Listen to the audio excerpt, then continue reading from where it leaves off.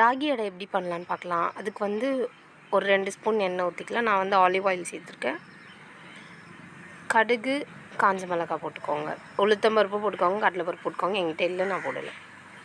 அப்புறம் வந்து வெங்காயம் ஒன்று நல்ல பெரிய சைஸ் எடுத்து நல்லா கட் பண்ணி வச்சுக்கோங்க. இந்த அளவுக்கு வதங்கிட்ட உடனே கீரை வந்து ஆட் பண்ணிக்கோங்க. முருங்கைக்கீரை உங்களுக்கு எத்தனை பேருக்கு செய்கிறீங்களோ அதுக்கேற்ற மாதிரி ஆட் பண்ணி நல்லா மிக்ஸ் பண்ணிவிடுங்க. மிக்ஸ் பண்ணிவிட்டு வதக்கிட்டு அதுக்கப்புறமேட்டா உப்பு போட்டுக்கோங்க தேவையான அளவு. அடைக்கும் சரி, இந்த கீரை வெங்காயத்துக்கும் சரி. இப்போ வந்து நான் வந்து சக்தியோட ராகி மாவு யூஸ் பண்ணுறேன். நல்லா போட்டு வதக்கிட்டு நல்லாவே வதக்கிடுங்க. ஒரு 5 மினிட்ஸ் வரைக்கும் நல்லா வதக்கிடுங்க அந்த கீரை எல்லாத்தோடு போட்டு. அதுக்கப்புறம் வார்ம் வாட்டராக இருக்கலாம், இல்லைனா பச்சை தண்ணியாக கூட இருக்கலாம். நல்லா போட்டு நல்லா மிக்ஸ் பண்ணிவிடுங்க கரண்டிலேயே. ஏன்னா நல்லா சூடாக இருக்கும், கை வச்சு மிக்ஸ் பண்ணாதீங்க.